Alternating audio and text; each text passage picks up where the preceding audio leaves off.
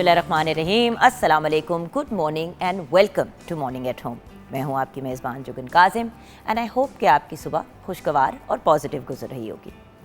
आज एक बड़ा ही अहम दिन मनाया जा रहा है व्यूअर्स, और इस दिन की मुनासबत से मैं आपसे बात करना चाहूँगी। और इस दिन की मुनासबत से हमने कुछ ऐसे गेस्ट भी बुलाए हैं जो हमें गाइड भी करेंगे। व्यूअर्स, आज पाकिस्तान समेत दुनिया भर में जो है वो वर्ल्ड गर्ल चाइल्ड डे मनाया जा रहा है, यानी कि बच्चियों का आलमी दिन। मतलब बेसिकली जो छोटी बच्चियां होती हैं, यंग गर्ल्स, हम उनको सेलिब्रेट कर रहे हैं, बच्चियों को सेलिब्रेट कर रहे हैं। एक्चुअली व्यूअर्स, हम कितने भी मॉडर्न हो जाएं, दुनिया में कितने भी आगे बढ़ जाएं, for some weird reason, specially South Asia में अगर हम देखें तो बेटी पैदा होने की खबर आए या जब औरत जो है वो प्रेग्नेंट हो, उस दौरान अगर पता चल जाए कि बेटी एक्सपेक्ट कर रहे हैं, तो आज भी 10 में से 9 लोग जो हैं अपसेट हो जाते हैं, डिप्रेस्ड हो जाते हैं, नेगेटिव हो जाते हैं। अक्सर सासें जो हैं वो नेगेटिव कमेंट्स पास करती हैं, नंदे कह देती हैं कि भाई ये क्या, एक के बाद दूसरी बेटी, या पहला बच्चा तो बेटी नहीं होनी चाहिए, बेटा होना चाहिए। व्यूअर्स, हमारे दिमाग में ये कब बात फिट होगी कि बेटियां अल्लाह ताला की बहुत बड़ी रहमत हैं, उनको जहमत मत समझें। यही बेटी जब माँ बनती है तो इसके पैरों तले जन्नत होती है। यही बेटी जो है वो रहमत भी है, और यही बेटी एक बाइसे सुकून बनती है जब वो बहन हो या बीवी हो। सो द पॉइंट इज़, बेटियों को हम आज भी उस लेवल पे अप्रिशिएट नहीं करते जिस तरह करना चाहिए। और अगर आप विमेन राइट्स एक्टिविस्ट से बात करें या अगर आप फेमिनिज़म की बात करें, तो ये बात नहीं की जाती कि औरतें मर्दों से बेहतर हैं। बात ये होती है कि औरत को भी मर्द जैसे बराबर के हुकूक मिलने चाहिए, और वो भी ज़िंदगी उतने ही भरपूर अंदाज में गुजारे और इन्जॉय करे जिस तरह कोई मर्द इन्जॉय करता है। मेरे ख्याल से ये एक बड़ी ही सिंपल और अनकॉम्प्लिकेटेड सी बात है। एक ऐसी दुनिया में और एक ऐसे मुल्क में जहाँ पे हम अब अपने ट्रांसजेंडर्स के राइट्स के लिए फ़ाइट कर रहे हैं, कोशिश कर रहे हैं कि उनको एक रिस्पेक्टफुल किस्म की रिकग्निशन मिले, नादरा से उनको कार्ड जारी किए जाएँ, ये सारी चीज़ें की जाएँ, वहाँ पे आज भी अगर हमें बेटियों के पैदा होने पे या बेटियों का ख्याल रखने पे या बेटियों को तालीम याफ्ता करने पे बात करनी पड़ रही है, तो ये एक बहुत अफसोसनाक बात है। सो बेटियों को अप्रिशिएट करें, उनको तालीम दें, उनकी सेहत का उसी लेवल पे ख्याल रखें जिस तरह बेटों का ख्याल रखते हैं। क्योंकि मर्द या औरत, किसी के घर में बेटा या बेटी पैदा हो, ये तो अल्लाह ताला की तरफ से है। और उसके साथ जो एक इंटरेस्टिंग मेडिकल फैक्ट है वो ये है कि मेल चाइल्ड होगा या फीमेल चाइल्ड होगा, ये तो डिसाइड ही मर्द के थ्रू होता है। औरत का तो इसमें कोई अमल दखल उस लिहाज से होता ही नहीं है। लेकिन फिर भी औरत को ही ताने दिए जाते हैं और औरत के साथ ही इंसान नेगेटिव होता है कि तुमने बेटियां पैदा की। व्यूअर्स, मेरे अपने जानने वालों में एक ऐसा केस है जहाँ पे एक बेटी हुई, चलो घर वाले खुश हुए कि पहला बच्चा हुआ, बेटा हुआ, व्हाटएवर। दूसरी भी बेटी हुई। जब तीसरी बेटी हुई तो मियाँ बीवी आपस में फिर भी ठीक थे, लेकिन जो मदर इन लॉ थी उन्होंने बोल बोल के बेटे को कि भाई हमारी अगली जनरेशन कैसे बढ़ेगी, ये होगा वो होगा, इसकी तो होती ही सिर्फ बेटियाँ हैं, ये वो कह के सेपरेशन करवा दी। और फिर उसके बाद लड़के की दूसरी शादी करवा दी। ऑब्वियसली वो बच्ची जो है वो अब क्या करती वहाँ पे बैठ के, जब वो अपने घर माँ के घर आके बैठी हुई है, 3 उसकी बेटियाँ हैं, गोद में उसके अभी कुछ 6 माह की बच्ची है, और मियाँ ने दूसरी शादी कर ली, तो वो आगे क्या करती। खैर, उनकी डिवोर्स हो गई। उनकी तो डिवोर्स हो गई, लेकिन उस मर्द के घर मज़ीद और 2 बेटियाँ पैदा हुई। मैं सोचती हूँ कि अल्लाह ताला किसी को, ऐसे नेगेटिव इंसान को इतना खुशकिस्मत कैसे कर सकता है कि उसको 5 बेटियों से नवाज दिया। देखें, जो अपनी बेटी की, अपनी 1 बेटी, 2 बेटियां या 3 बेटियों की भी अच्छे तरीके से कफ़ालत करेगा, ख्याल रखेगा, उनको सारे बेनिफिट्स और फ़ायदे देगा, वो नबी पाक सल्लल्लाहु अलैहि वसल्लम के साथ आखिरत के दिन ऐसे खड़ा होगा, साथ जुड़ के। सो व्यूअर्स, जब हम ये सारी बातें जानते हैं, अंडरस्टैंड भी करते हैं, तो फिर हम बच्चियों को वो लेवल ऑफ रिस्पेक्ट और रिगार्ड क्यों नहीं देते जो वो डिज़र्व करती हैं। जब तालीम की बात आती है तो सबसे ज़्यादा फोकस इसी बात के ऊपर होता है कि भाई बेटे को पढ़ाना है, बेटे को पढ़ाना है, बेटे को पढ़ाना है, इसको MBA कराना है, इसको मास्टर्स कराना है, इसको MPhil कराना है, इसको मतलब 100 और किस्म की चीज़ें पढ़ाई की करानी है। बच्ची की बात आती है तो मैट्रिक तक भी उसको पढ़ाना जो है पेरेंट्स एक अजाब समझते हैं, कहते हैं भाई इसकी शादी ही हो जानी है तो हमें क्या फ़ायदा होना है। व्यूअर्स, आपने अपनी औलाद का फ़ायदा देखना है, आपने अपना पर्सनल फ़ायदा नहीं देखना। और बच्चे इंसान इसलिए तो नहीं पैदा करता ना कि एंड में जाके वो आपकी खिदमतें करेंगे, वो तो उनका फ़र्ज़ है, वो एक नेचुरल चीज़ है। लेकिन बच्चे इस ऑब्जेक्टिव से पैदा करना कि भाई हम इनको नौकरियों पे लगाएंगे और फिर ये हमारे घर चलाएंगे, ये थोड़ी सी एक नेगेटिव बात हो जाती है। ऑब्वियसली बच्चों के जो फ़राइज़ हैं माँ बाप की तरफ, वो तो उन्होंने पूरे करने ही हैं। लेकिन जो लोग इस बदनीयती से बच्चों को पढ़ाते हैं कि भाई हमने सिर्फ बेटे को पढ़ाना है, हमने बेटियों को नहीं पढ़ाना, आगे जाके फिर उन्हीं के बेटे उनका हाथ छोड़ देते हैं उस वक्त पे जब उनको सबसे ज़्यादा ज़रूरत होती है। और मैं एक सच्ची बात बताऊं व्यूअर्स, जिस लेवल पे बच्चियां माँ बाप की होती हैं उस तरह से बेटे नहीं होते। नॉट बिकॉज बेटे बुरे होते हैं, बट उनकी भी शादियाँ हो जाती हैं, वो सेटल हो जाते हैं, वो अपनी ज़िंदगियों में बिजी हो जाते हैं, उनको अपने बच्चों की टेंशन होती है। बेटी, उसका अपना बच्चा भूखा हो और उसकी माँ बाप भूखे हैं, वो अपने माँ बाप को खिलाएगी। ये होता है बेटी का दिल, वो अपने मुंह का निवाला अपने बच्चों के, अपने माँ बाप के मुंह में डालेगी। सो व्यूअर्स, बच्चियों को अप्रिशिएट करें, अल्लाह का शुक्र अदा करें अगर रब ताला ने आपको बेटियों की नेमत से नवाजा है।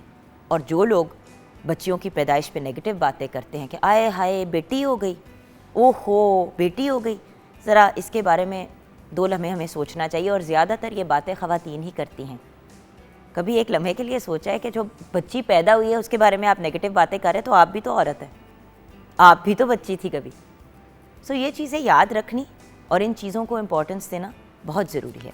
इस साल की थीम है invest in girls rights, our leadership, our well being, यानी कि बच्चियों के हकूक़ में इन्वेस्ट करें अगर कोई इन्वेस्टमेंट करनी है। और व्यूअर्स, जिस मुल्क में 51-52% पॉपुलेशन ख़वातीन की है, लड़कियों की है, उस मुल्क में अगर हम लड़कियों को तालीम याफ्ता नहीं करेंगे, उनको एजुकेट नहीं करेंगे, उनको आगे लेके नहीं बढ़ेंगे, तो हमारा मुल्क आगे कैसे बढ़ेगा, हमारा मुल्क तरक्की कैसे करेगा। अगर मुल्क के आधे लोग आप घर में बैठा देंगे, उनको पढ़ाएंगे नहीं, उनको दिखाएंगे नहीं, उनको फंक्शनल मेंबर्स ऑफ सोसाइटी नहीं बनाएंगे, तो ये एक बहुत बड़ी प्रॉब्लम है।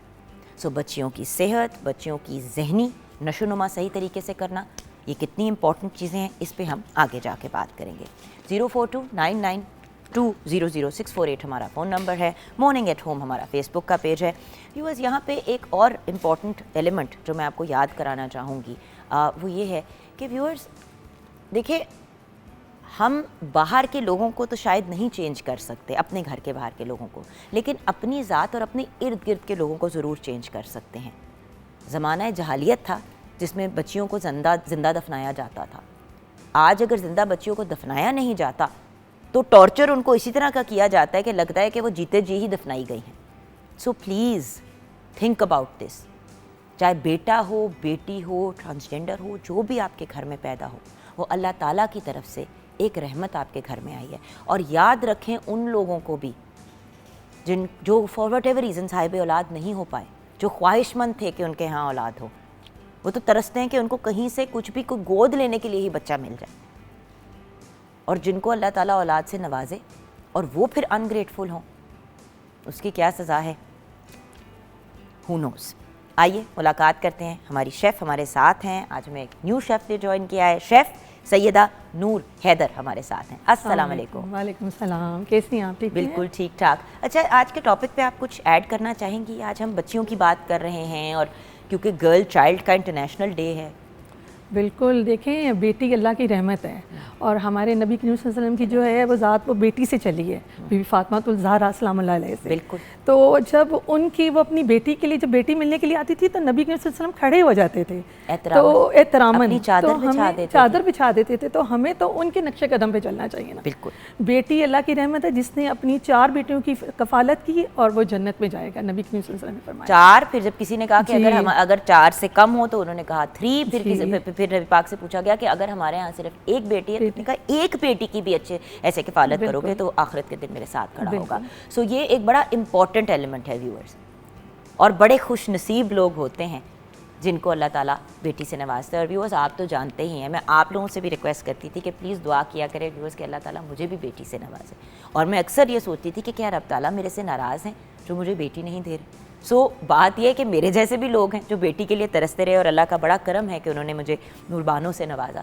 तो अंडरस्टैंड करें कि रब ताला हमारे लिए हमसे बेहतर फ़ैसले करते हैं। तो अगर रब पे हमने चीज़ें छोड़ दी हैं तो फिर उनके फैसलों पे खुश होना और उनका शुक्र अदा करना बड़ा इंपॉर्टेंट एलिमेंट है, चाहे वो हमें 10 बेटियों से क्यों ना नवाजें। बढ़ते हैं आज की रेसिपी की तरफ। जी, आज हम बनाएंगे कश्मीरी दाल गोश्त और साथ बॉइल्ड राइस और कचूमर सैलड और मिंट चटनी, पुदीने की चटनी। दाल गोश्त तो वैसे ही सबका फेवरेट होता है जी। तो हम चलते हैं अपनी इंग्रेडिएंट्स की तरफ। तो चने की दाल हम लेंगे जी 1/2 kg और मुर्गी का गोश्त लेंगे 1 kg। ड्राई अचार मसाला है, ये घर में ही बनता है। इसको कलौंजी 1 टीस्पून, ज़ीरा 1 टीस्पून, सूखा धनिया 1 टीस्पून, मेथी दाना 1 टीस्पून, इसको आप रोस्ट करके और इसको आप क्रश कर लें। नमक है जी हस्बे जायका, लाल मिर्च पाउडर 1 खाने का चम्मच है, हल्दी पाउडर आधा खाने का चम्मच, धनिया पाउडर 1 चाय का चम्मच, प्याज 2 अदद, लहसुन अदरक की पेस्ट 2 खाने के चम्मच, टमाटर की प्यूरी 1 कप, गरम मसाला पाउडर 1 चाय का चम्मच, कसूरी मेथी 2 खाने के चम्मच, तेल 1 कप, काली मिर्च आधा चाय का चम्मच, दही आधा कप और कश्मीरी लाल मिर्च आधा चाय का चम्मच, गरम मसाला पाउडर 1 खाने का चम्मच। और गार्निशिंग के लिए हमें चाहिए जी अदरक और लंबाई में कटा हुआ अदरक, धनिया और सब्ज़ मिर्च। सही। और इसके साथ हम ज़ीरा राइस भी बना सकते हैं और बॉयल राइस भी सर्व कर सकते हैं। बिल्कुल। और वैसे ही इतना फ्लेवरफुल होता है कि ज़ीरा राइस ना भी करें सर्व तो इट मेक्स नो डिफरेंस। इसके साथ अचार होगा, फिर चटनी होगी और सैलड होगा, तो ये एक बहुत अच्छा मील बन जाएगा। अच्छा, इसको बनाने का तरीका क्या है जी? इसको हम पहले प्याज को हम ब्राउन करेंगे। अचारी मसाला तो बना के पहले से आपने रख लिया। और बाय द वे व्यूअर्स, आप ज़्यादा मिकदार में बना लेंगे तो अचार गोश्त में भी काम आ जाएगा, बहुत सी चीज़ों में आता है। सिर्फ एक चावलों के अलावा आप किसी में भी डाल देना और ये बहुत अच्छा इसका टेस्ट आता है। इसका बनाने का तरीका है जी, प्याज को हम पहले सौते करेंगे, जब वो थोड़ा ब्राउन हो जाएगा तो फिर उसके बीच में हम लहसुन अदरक की पेस्ट डाल देंगे और साथ ही उसमें हम गरम मसाला साबुत और चिकन डाल के उसको भून लेंगे। जब चिकन का थोड़ा पानी खुश्क हो जाएगा तो इसमें टमाटर डाल देंगे और सारे हम मसाले डाल देंगे। मसाले डाल के ढक देंगे और अच्छे तरीके से फिर जब ये गल जाएगा तो इसको भून लेंगे और फिर दाल को जो है हम बॉयल कर लेंगे और उसके बाद दाल मिक्स करके इसमें गरम मसाला, कसूरी मेथी, धनिया, सब्ज़ मिर्च और अदरक डाल के इसको हम दम लगा देंगे। जब हम डिश आउट करेंगे तो थोड़ी सी गार्निश हम ऊपर भी डालेंगे। And ready to serve. क्या बात है। तो आप ऑफ कोर्स देखते रहेंगे शेफ़ नूर को साथ साथ रेसिपी तैयार करते हुए। और तो कोई रेसिपी नहीं है, राइट? नहीं जी, बॉइल्ड राइस है और बॉइल्ड राइस है, बिल्कुल परफेक्ट हो गया। और अब व्यूअर्स, एक और बड़ी एक्साइटिंग चीज़ के बारे में बात करनी है। कल का जो मैच है, देखिए कल पाकिस्तान और श्रीलंका के दरमियान मैच था जिसमें पाकिस्तान ने श्रीलंका को 6 विकेट से शिकस्त दी, यानी कि हरा दिया। अब्दुल्ला शफीक और मोहम्मद रिजवान के दरमियान 176 की पार्टनरशिप हुई, जिसकी बदौलत पाकिस्तान इतना बड़ा रन चेस जो है वो कर सका। बिकॉज ऑब्वियसली जब आपने 345 रन्स को अचीव करना है तो it's not an easy task. और बेसिकली जब 345 पे स्कोर गया था तो सच्ची बात है सारी पाकिस्तानी कौम का ना दिल बैठ गया कि अब क्या होगा, बिकॉज ऑब्वियसली इतना बड़ा रन्स के स्कोर को मतलब चेस करना इज़ नॉट इजी। खैर, अब्दुल्ला शफीक ने 113 रन्स बनाए, मोहम्मद रिजवान ने 130 रन्स बनाए और इन्होंने बहुत शानदार इनिंग्स खेली। इनकी परफॉर्मेंस की बदौलत पाकिस्तान वर्ल्ड कप का बिगेस्ट रन चेस करने में कामयाब हुआ। तो ये एक बहुत बड़ी बात है और ये एक रिकॉर्ड है। So congratulations to Pakistan. Total अभी तक 2 मैचेस पाकिस्तान ने जीते हैं, एक नेदरलैंड्स के अगेंस्ट और दूसरा कल श्रीलंका के अगेंस्ट। सो बहुत बहुत मुबारक हो पाकिस्तानी टीम को। इंशाल्लाह पाकिस्तान ही जीतेगा इवेंचुअली, लेकिन for now we have our fingers crossed. Best of luck to the Pakistani team, best of luck to all the teams, but Pakistan की टीम को ज़रा एक्स्ट्रा गुड लक। छोटी सी ब्रेक की तरफ जाएंगे व्यूअर्स। ब्रेक के बाद जब वापस आएंगे तो जैसे कि आप जानते हैं वर्ल्ड गर्ल चाइल्ड डे मनाया जा रहा है पाकिस्तान समेत दुनिया भर में। इससे रिलेटेड बात करेंगे ब्रेक के बाद।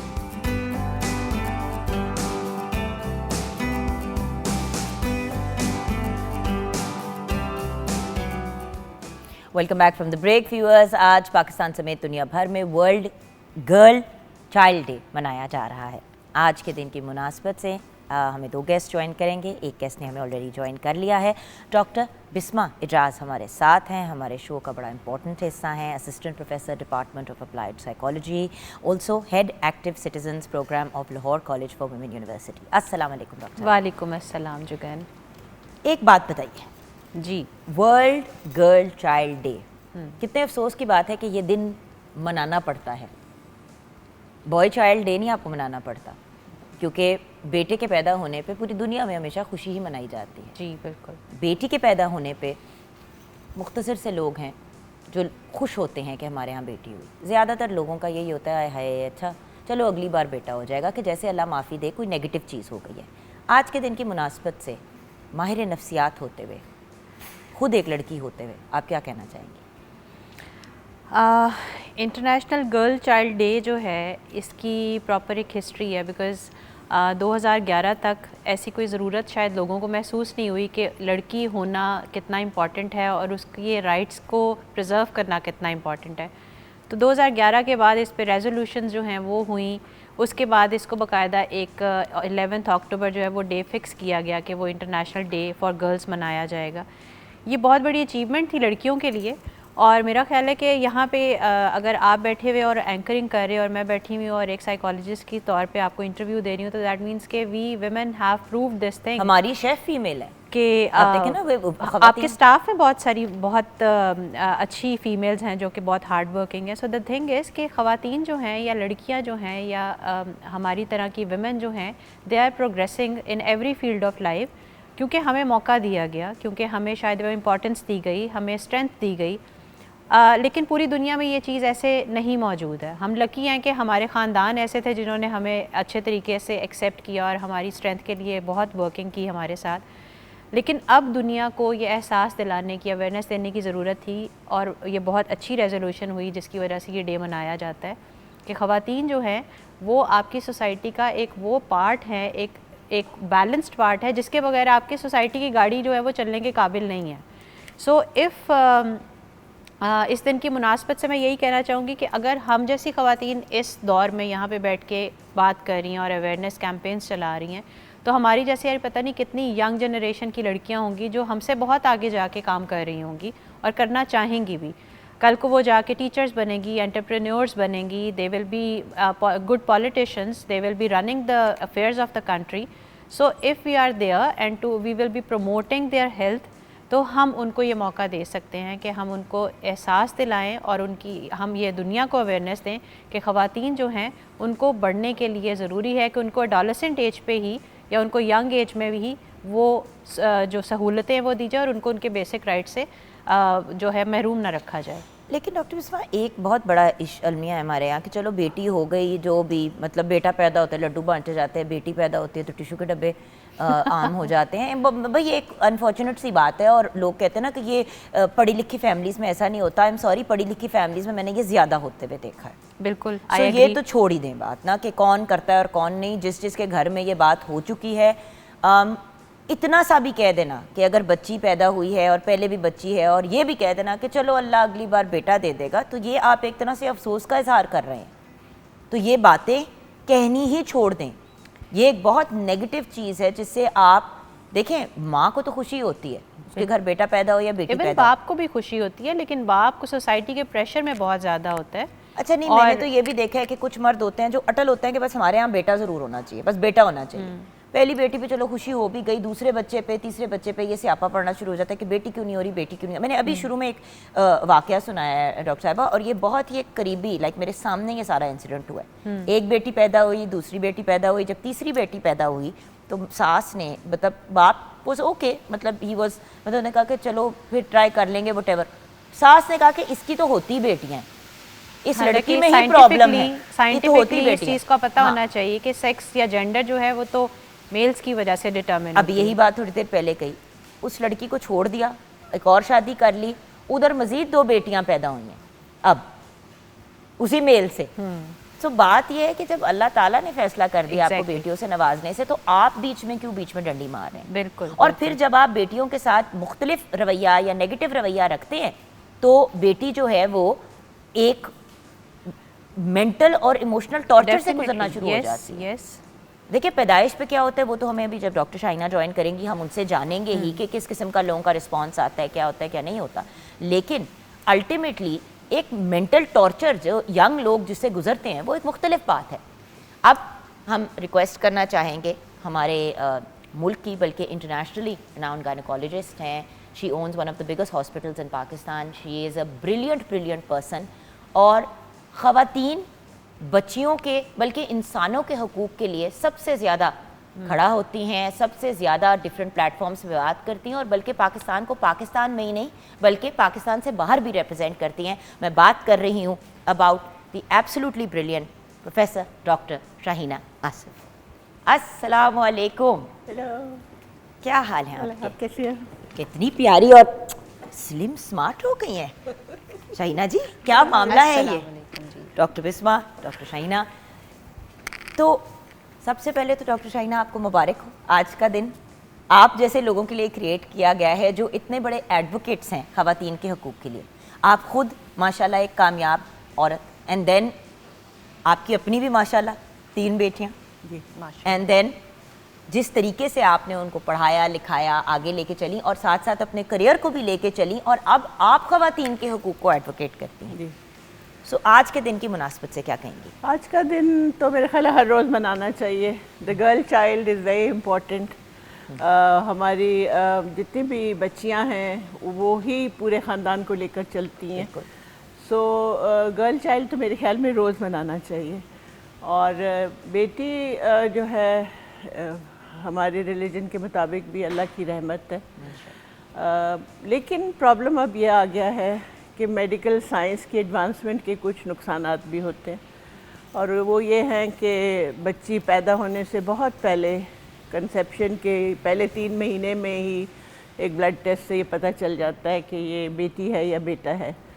और उसका डिसएडवांटेज ये है कि बहुत सी ख़वातीन अंडर प्रेशर ऑफ अपने इन लॉज या अपने हस्बैंड या अपनी ख्वाहिशात के मुताबिक उन बच्चों को ज़ाया करवा लेती हैं। सो मेरे ख्याल में एक बहुत पुरानी ट्रेडिशन जब बच्चियों को ज़िंदा गाड़ दिया जाता था और मार दिया जाता था, वो अभी भी कायम है इन वेरियस फॉर्म्स।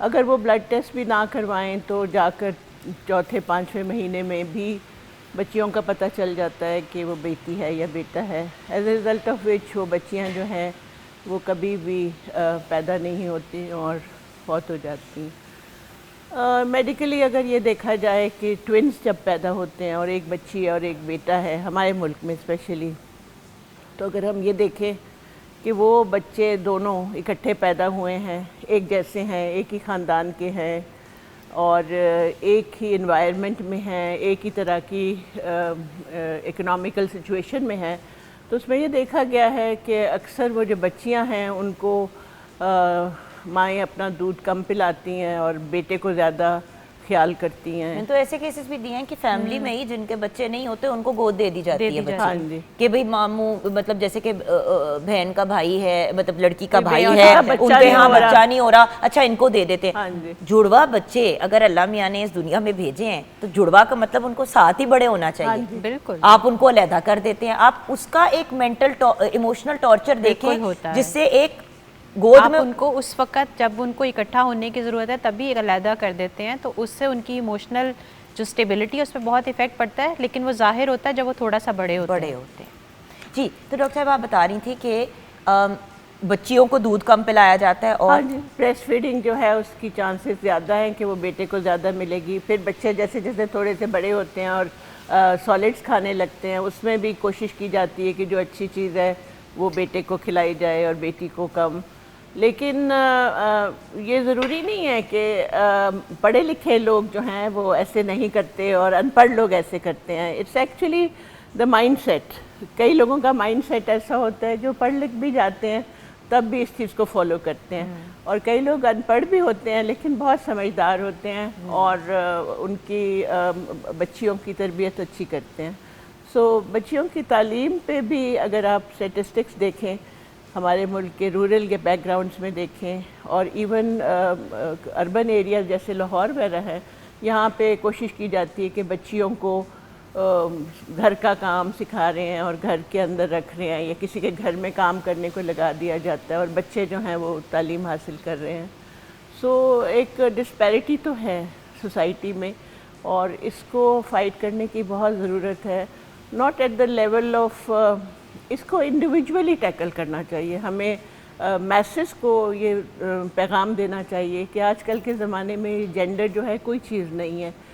बच्चियां जो हैं वो तालीम पा लें, अच्छी तरबियत ले लें वो CSS के एग्ज़ाम्स पास करती हैं, वो फॉरेन सर्विस में जाती हैं, डॉक्टर्स बनती हैं। जी बिल्कुल, और अपने मुल्क को रिप्रेजेंट करती हैं। और सो लड़कियों के लिए बहुत अपॉर्चुनिटीज़ होनी चाहिए और हैं भी, कुछ डेवलप की जाती हैं लेकिन फॉलो नहीं की जाती। बिल्कुल सही। अच्छा, लेकिन देखें, अल्टीमेटली मुझे जिस बात की समझ नहीं आती वो ये है कि लड़के को ज़्यादा दूध पिला दिया, बेटी को नहीं पिलाया, बेटे को अच्छे स्कूल में डाल दिया, बेटी को एवं कहीं भी बस टाइम गुजारने के लिए डाल दिया। इसके नफसियाती असरात क्या होते हैं सबसे पहली चीज़ उस बच्ची के ऊपर और हाँ। उस माँ के ऊपर जिसको ये एक चीज़ें ही करनी घर में- पड़ती हैं क्योंकि उस पर फोर्स की देखें, जाती है। ये एक ही घर में सब बच्चे जो हैं वो पल बढ़ रहे हैं, एक ही पेरेंट्स हैं, एक ही माँ है, एक ही बाप है। और जब बच्चे ये डिस्क्रिमिनेशन देखते हैं, ये एक दूसरे के साथ फ़र्क देखते हैं कि माँ जो है वो वाज़े तौर पे फ़र्क है, बिकॉज़ ज़्यादा टाइम तो घर पे बच्चों का माँ के साथ ही गुजरता है। माँ अटेंड कर रही है तो बेटे को कर रही है, माँ ने अगर बेटे को कोई खाने की चीज़ देनी है तो सबसे पहले देनी है, क्वांटिटी में ज़्यादा देनी है, और बहुत सी डिसीजंस में प्रेफरेंस जो है वो बेटे को देनी है। तो बेटी जो है वो ये सब चीज़ें साइलेंटली ऑब्जर्व कर रही होती है, और जब ये खामोशी से सब चीज़ें देख रही है तो वो दिल ही दिल में कुड़ती भी है कि मेरा ऐसा क्या कसूर है, या मेरे साथ ऐसा क्या चीज़, मेरे में क्या कमी है जो मुझे इस तरह से अलहदा रखा जा रहा है। तो ये साइकोलॉजिकली बच्ची जो है उसको सप्रेस्ड पर्सनालिटी बना देती है, उसको अपने इमोशंस को एक्सप्रेस करने से रोका जाता है कि you have to stay silent, आपने नहीं बात करनी है, आपने नहीं बताना कि आप क्या फ़ील कर रहे हो। जब एक बच्ची, एक यंग लड़की बचपन से ही ये चीज़ लर्न कर लेती है कि मुझे अपने आप को एक्सप्रेस नहीं करना, तो वो जब बड़ी होगी तो वो उसका लेवल ऑफ कॉन्फिडेंस क्या होगा, उसका लेवल ऑफ सेल्फ एस्टीम क्या होगा, वो सोसाइटी में अपने आप को कैसे प्रेजेंट कर सकेगी। तो हम इनडायरेक्टली उसकी जो पर्सनालिटी है उसको बिल्कुल डिटीरियोरेट कर देते हैं, उसको तबाह बर्बाद कर देते हैं। जब वो नेक्स्ट किसी घर में जाती है, वहाँ पे शादी करके सेटल होने की कोशिश करती है, तो वहाँ पे भी अगेन एक मेल ही है जो उसको डोमिनेट कर रहा है।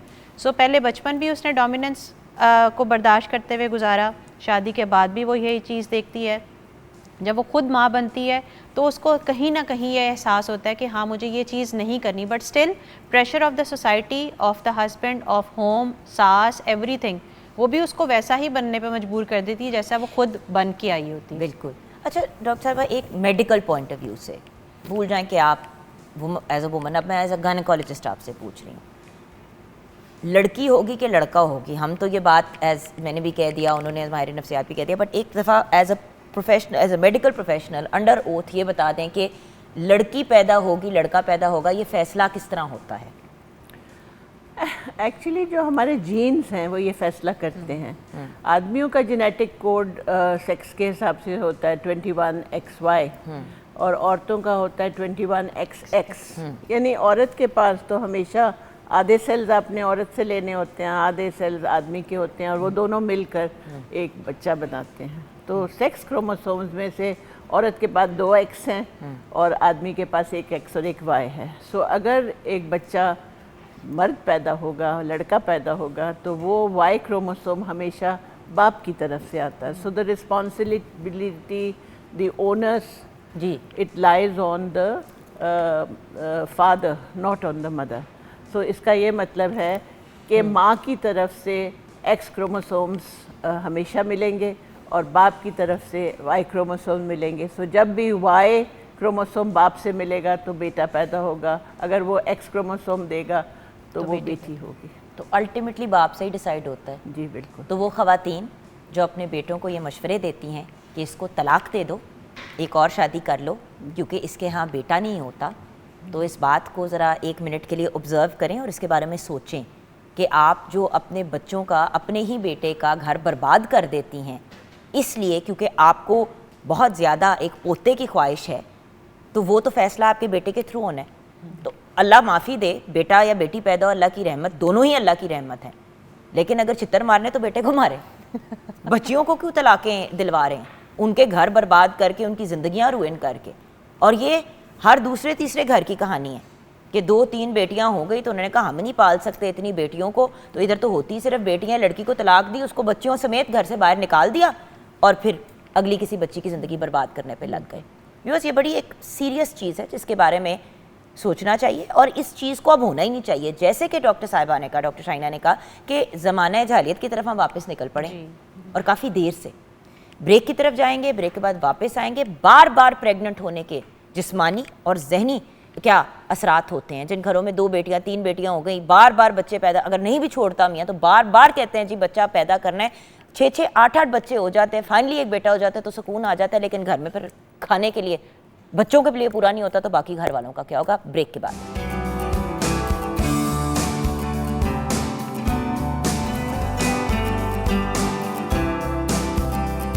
Welcome back from the break viewers. Doctor Shaina Asif हमारे साथ हैं, डॉक्टर बिस्मा भी हमारे साथ हैं। हम गुफ्तगू कर रहे हैं, आज पाकिस्तान समेत दुनिया में वर्ल्ड गर्ल चाइल्ड डे मनाया जा रहा है।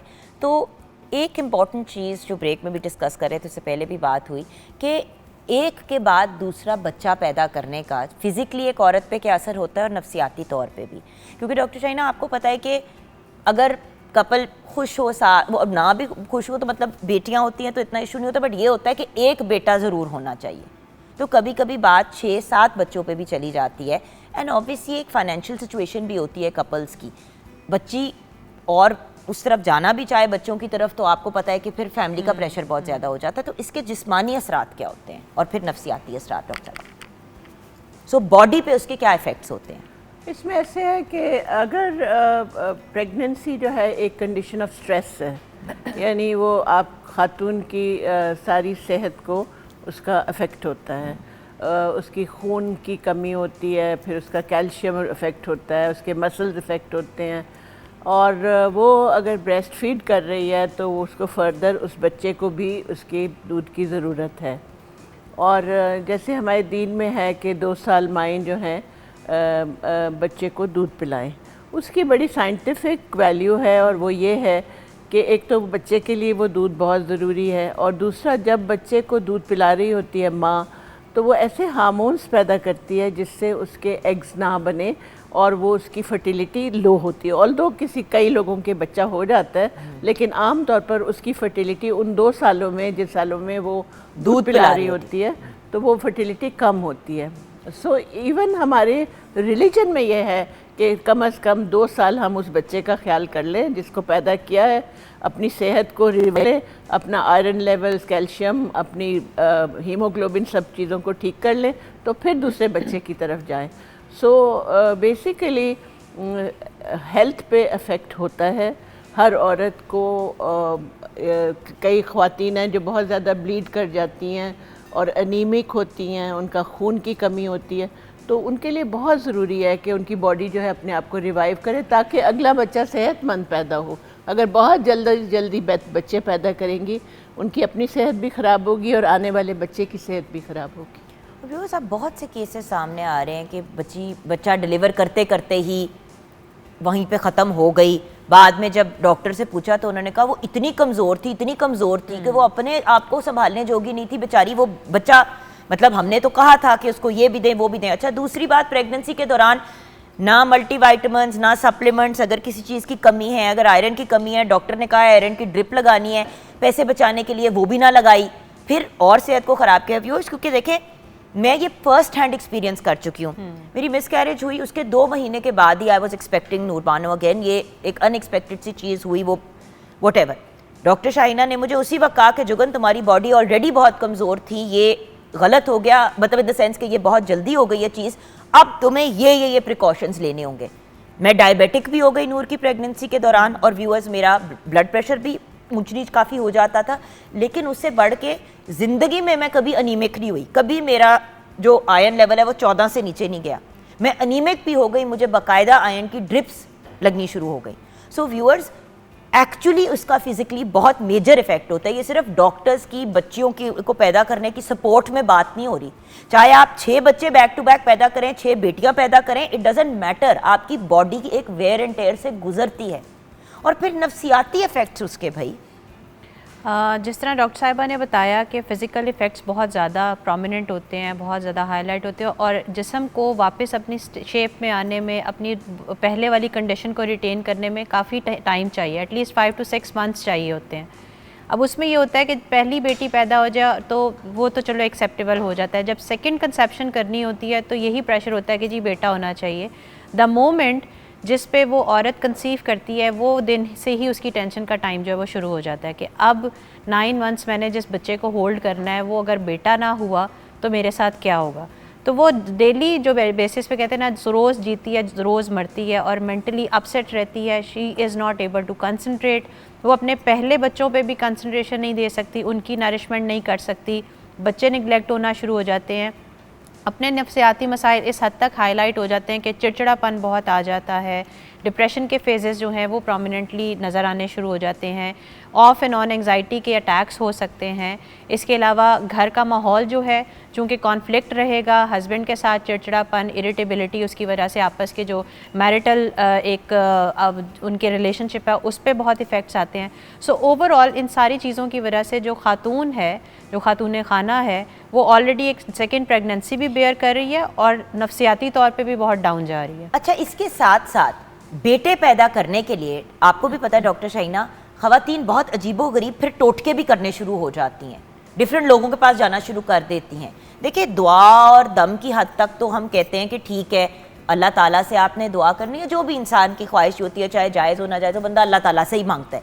लेकिन जब आप जिस्मानी तौर पे अजीब चीज़ें उन लोगों से करानी शुरू कर देते हैं जो डॉक्टर्स नहीं हैं। एक तो डॉक्टर शाहीना, ये भी तो बहुत बड़ा इशू है ना, हर बंदे ने अपनी दुकान खोली हुई है, वो कहते हैं आए हम आपका इलाज करेंगे, आपका बेटा हो जाएगा। इससे क्या होता है, क्योंकि आपके पास बड़े बिगड़े हुए केस भी आए हैं। जी बिल्कुल, ऐसे है कि जो लोग ये क्लेम करते हैं कि हम लोग इलाज करेंगे और वो बेटा पैदा हो जाएगा, जो नॉन मेडिकल प्रैक्टिशनर्स हैं, उनके लिए ये बात है कि देखिए 50% तो बेटे पैदा होंगे ही, बिकॉज जो नेचुरल बर्थ है वो इसी तरह है कि आधे बच्चे बेटे होंगे और आधे बेटियां होंगी। तो जो लोगों का वहाँ से बच्चा बेटा पैदा हो जाता है उस पर्टिकुलर इलाज से, उस जादू से या उस टोने से, तो वो उसको प्रोपगेट करते हैं वन माउथ टू अनदर कि इधर जाने से बेटा पैदा होता है। सो वो चूँकि ऑब्वियसली आधे लोगों का तो होगा ही, जिनकी बेटियां होती हैं वो तो जाके मशहूर नहीं करती कि जी मेरा बच्चा नहीं हुआ, मैं वहाँ गई थी। सो एक तो ये बात है कि लोग जो हैं वो उस बात को आगे लेकर चलते हैं और वो इस तरह से ही उनका बिज़नेस चलता रहता है। दूसरा जो मेडिकल साइंस है उसके अंदर भी लीगैलिटीज़ बहुत हैं और मेडिकल एथिक्स भी बहुत है कि आपने सिर्फ जेंडर सिलेक्शन इसलिए नहीं करनी है कि आपको बेटा चाहिए या बेटी चाहिए। अगर जेंडर सिलेक्शन की ज़रूरत है ऐसे लोगों में जिनके बच्चे जो हैं वो मेल्स कोई डिज़ीज़ कैरी करते हैं, उनके अंदर कोई ऐसी बीमारी है जो सिर्फ लड़कों में होती है या कोई ऐसी बीमारी है जो सिर्फ लड़कियों में होती है, तो फिर आप जेंडर सेलेक्ट करें तो एथिकली तब वो करेक्ट होता है। सही। लेकिन सिर्फ इसलिए जेंडर सेलेक्ट करना कि और या ऑफ़र करना कि हम जेंडर सिलेक्शन इसलिए कर रहे हैं कि आपकी ज़रूरत के मुताबिक आपका बच्चा जेनेटिकली बेटा होगा। और अब तो बहुत ज़्यादा कई मुल्कों में ये सुनने में आया है और देखा है कि वो आपको ऑफ़र करते हैं एक पूरा प्रॉपर बेबी जिसकी शक्ल ऐसी होगी, आंखें ऐसी होंगी, दांत ऐसे होंगे, बाल ऐसे होंगे, यू नो, जेनेटिक कोड को ऑल्टर करते हैं। तो वो भी एक प्रोसेस चल रहा है, अब देखें वो कब तक हम उसकी नज़र होते हैं। अच्छा, वो तो मुझे बहुत ही खौफ आता है इस चीज़ से कि इतना से अभी अल्लाह ताला के जो काम है उनके अंदर इतना ना इंटरफेयर। खैर, ये अब हमारे पर्सनल पर्सपेक्टिव्स है तो इनको मैं छोड़ देती हूँ इस बात को। आप खुद एक बेटी की माँ हैं जी, बेटी की पैदाइश पे मैं घर वालों के रिस्पांस की नहीं नेसेसरली करी, मैं जनरली लोगों के रिस्पांस की, और बेटी के रिस्पांस पे, मतलब बेटी की पैदाइश पे क्या रिस्पांस था, बेटे और बेटी दोनों पे क्या रिस्पांस? मेरे पर्सनल एक्सपीरियंस की बात करें तो अल्हम्दुलिल्लाह अल्लाह ताला ने मुझे दोनों औलादें दी हैं, बेटी भी दी है, बेटा भी दिया है। पहले मेरी बेटी पैदा हुई थी और बहुत पुरानी बात है, 20 साल हो गए माशाल्लाह अब तो। माशाल्लाह। और मैं हर रोज़ इस चीज़ पे अल्लाह ताला का शुक्र अदा करती हूँ कि अल्लाह ताला ने मुझे बेटी दी, क्योंकि बेटी जो है वो रौनक है, वो आपकी लाइफ के कलर्स हैं, जो अगर नहीं है तो आपकी जो ज़िंदगी है वो बेरंग है। तो मुझे लगता है कि मेरी ज़िंदगी में रंग जो है वो मेरी बेटी की वजह से है। और जहाँ तक बेटे का ताल्लुक़ है, अल्हम्दुलिल्लाह वो भी अल्लाह ताला की नेमत है, सेहत सलामती से अल्लाह ताला ने मुझे वो औलाद भी दी है। बेटा जो है वो मेरी स्ट्रेंथ है, तो बेटी मेरी ज़िंदगी में रंग भरती है और बेटा जो है वो मुझे ताकत देता है। तो मेरी लाइफ जो अल्हम्दुलिल्लाह बहुत अच्छी। बट डॉक्टर शाहीना, आप खुद गायनोकोलॉजिस्ट हैं, 3 बेटियों की माँ है माशाल्लाह, बेटा आपका नहीं है बट आपके बेटे ही हैं, आपके दामाद भी।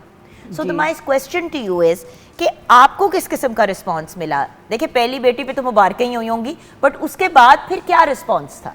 Actually I was pleasantly surprised. मेरे जो इन लॉज हैं, मतलब मेरी जो मदर इन लॉ थी वो बिल्कुल अनपढ़ थी, but she never went to school. और मेरा ख्याल था कि मुझे कोई रिएक्शन वहाँ से आएगा जब मेरी दूसरी और तीसरी बेटी पैदा हुई, बट आप यकीन करेंगी कि she was such a wonderful woman.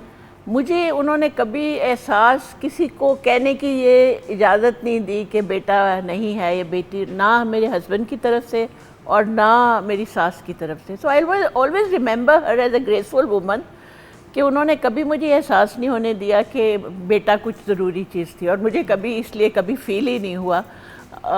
Although मेरे अपने अंदर शायद थोड़ा सा एक 1% था जब रानिया पैदा हुई है कि ये बेटा हो जाता, और जस्ट बिकॉज एक होता है कि भाई लड़का लड़की दोनों हो जाए तो वो शौक तो है ना तो बेटा। मैंने किसी जगह पे I was talking about gender and all that, and then I said actually I shed a tear when Rania was born.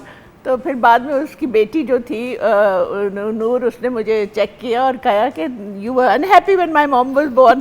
तो मैंने कहा हाँ मैं अनहैप्पी थोड़ी सी थी 1 मिनट के लिए, लेकिन उसके बाद मुझे तुम्हारी माँ बहुत अच्छी लगती। भाई देखिए डॉक्टर शाइना, अगर दिल की बात कर रहे हैं तो जब हसन पैदा हुए थे मैं खुश तो बहुत थी, लेकिन आपको पता है कि मैंने आपको कहा था माँ, क्योंकि मैं प्यार से डॉक्टर शाइना को माँ भी बुलाती हूँ, क्योंकि मैं जाती भी, मैं और किसी के पास जाती नहीं, मैं दुनिया के किसी कोने में हूँ, मुझे कोई इशू हो मैं कहती हूँ माँ पेट में दर्द हो रही है, कहती है बेटा मैं 10,000 लोगों के सामने कॉन्फ्रेंस कर रही हूँ, कॉल बैक कर। ये भी हो चुका है कि ये कहीं जर्मनी में बैठी हुई है, मैं कनाडा में, मैंने को मैं मेरी तबीयत नहीं ठीक, जिस तरह अभी आपके सामने आते हुए मैं इनको पढ़ दी। मगर आपको भी मैंने कहा था कि आप बेटी में कर देती तो उन्होंने कहा बेटा मैं किधर से तुम्हें बेटी करके। और फिर नूर की बारी भी, जबकि मेरे हेल्थ और मेडिकल इतने इश्यूज थे, इन्होंने मुझे एक ही बात की, कहती है बेटा अब अल्लाह मियाँ ने बेटा दिया कि बेटी दी, इसके बाद अब हम नहीं ट्राई करेंगे क्योंकि तुम्हारी हेल्थ नहीं अलाउ करती और अल्लाह ने बड़ा करम किया। तो बात यह है कि देखें 3 बेटे भी हो जाए तो इंसान सोचता है कि यार एक बेटी हो जाए तो कितना अच्छा होगा, हम ये बात नहीं कर रहे, लेकिन अल्टीमेटली बात यह कि दिल में महसूस करना और फिर उस बच्चे को ये महसूस कराना कि तुम क्यों बेटी पैदा हुई हो, तुम्हारी वजह से मेरी आगे नस्ल नहीं चलेगी। जबकि यही बात हमने थोड़ी देर पहले की है कि नबी पाक सल्लल्लाहु अलैहि वसल्लम की भी अगली जनरेशन बेटी की वजह से ही। मेरा ख्याल है कि लोगों को बेटे शायद जो हमारे रूरल बैकग्राउंड्स हैं और जो फ्यूडल बैकग्राउंड्स हैं उसके अंदर ये है कि प्रॉपर्टी का डिवीज़न जो है या प्रॉपर्टी की आगे इनहेरिटेंस जो है उसके लॉज कुछ ऐसे हैं कि लोग बेटियों की शादी नहीं करते या बेटियों को पसंद नहीं करते या बेटा करना या फिर अपनी फैमिलीज में शादियां कर करके कजन मैरिज वाला मसला शुरू कर देते हैं ताकि जायदाद का मसला ना रहे। इसमें बेसिकली बहुत सी चीज़ें इन्वॉल्व हैं, एक सिंपल नहीं है इतना ये कि बेटी और बेटे की ख्वाहिश जो है।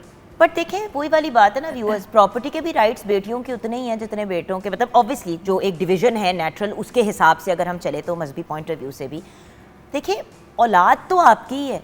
अब तो लोग ऐसा भी करते हैं कि अपने लाइफ टाइम में अपनी बेटियों को आधा उनका हिस्सा पहले गिफ्ट कर देते हैं ताकि जब दुनिया से रुखसत हो तो बेटी को आधा हिस्सा मिलेगा और बेटों को फुल हिस्सा मिलेगा।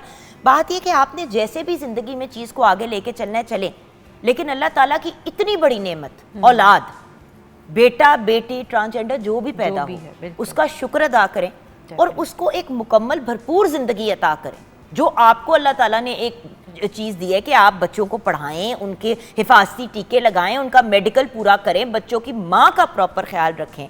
सो द पॉइंट इज़ ये सब चीज़ें मैटर करती हैं। एंड में आप क्या कहेंगी मैम और आप क्या कहेंगी? जी आज के दिन के हिसाब से इंटरनेशनल यंग गर्ल्स डे जो है उसके हिसाब से मेरा मैसेज जो है ऑडियंस के लिए वो यही होगा कि अब सिर्फ अपना माइंडसेट इस चीज़ पे चेंज कर लें कि औलाद औलाद है, चाहे बेटी है या बेटा है। अगर अल्लाह ताला ने आपको तंदुरुस्त औलाद दी है तो यही बहुत बड़ी नेमत है, और अगर उसमें कोई फ्लॉ भी है, कोई डिसेबिलिटी भी है तो भी वो औलाद है, वो एक प्रॉपर ह्यूमन बीइंग है और आपका राइट है कि उसको वही नरिशमेंट, वही केयर, वही प्यार, वही मोहब्बत दें जो एक इंसान डिज़र्व करता है। तो regardless of the gender just accept your child, love that child unconditionally and give him a proper life. जी डॉक्टर शाइना आपका पैगाम? मैं बहुत ज़्यादा शुक्र अदा करती हूँ अल्लाह ताला के कि उन्होंने मुझे 3 बेटियाँ दी और वो उन बेटियों का शुक्र अदा करती हूँ कि वो मेरा बहुत ख्याल करती हैं। और मैं एक हस्पताल में चूँकि काम करती हूँ और उस हस्पताल में 400-500 जो एम्प्लॉइज़ हैं उसमें आधी से ज़्यादा औरतें हैं, और मैं रोज़ देखती हूँ वो सुबह से शाम तक काम करती हैं, बच्चे भी पालती हैं, अपना घर भी का ख्याल करती हैं, और उनकी कमाई से उनके घर चल रहे और हैं। अपने माँ बाप का भी ख्याल रखती बिल्कुल हैं, करती हैं, अपने अपने शौहर के घर जाने के बाद भी। बिल्कुल बिल्कुल। तो मैं अप्रिशिएट करती हूँ और मैं सलाम करती हूँ तमाम ख़वातीन को जो हमारे साथ काम करती हैं, जो मेरे इर्द गिर्द काम करती हैं। आई एम श्योर उसी तरह की ख़वातीन बाकी अदारों में भी काम करती हैं। वो बहुत मेहनती हैं, बहुत प्यार से काम करती हैं, बहुत मेहनत से और ऑनेस्टली काम करती हैं, और अल्लाह ताला उनको सलामत रखे और उनको आगे तरक्की दे। और लड़की होने से बिल्कुल कभी भी ना घबराएं, यही बच्चियां इनको पढ़ाएं, इनका ख्याल करें, ये बेटों से ज़्यादा आपकी खिदमत करेंगी।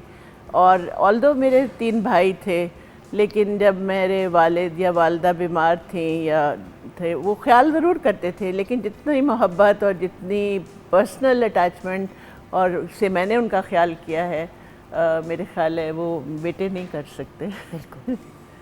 वेल, आज का दिन आपको भी मुबारक हो, हम सबको भी मुबारक हो, and thank you so much कि आपने अपने कीमती वक्त में से आज के दिन टाइम निकाला। आई नो आप लोगों की आज बहुत मसरूफियत है, but thank you so much.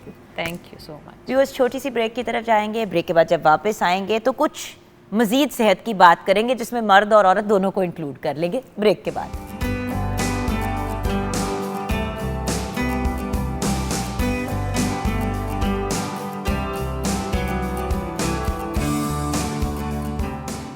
Welcome back from the break viewers. जैसे कि आप जानते हैं, हमारी हमेशा कोशिश होती है पाकिस्तान टेलीविज़न नेटवर्क कि हम उन लोगों को ट्रिब्यूट पेश करें जो हमारे लेजेंड्स हैं या लेजेंड्स रह चुके हैं।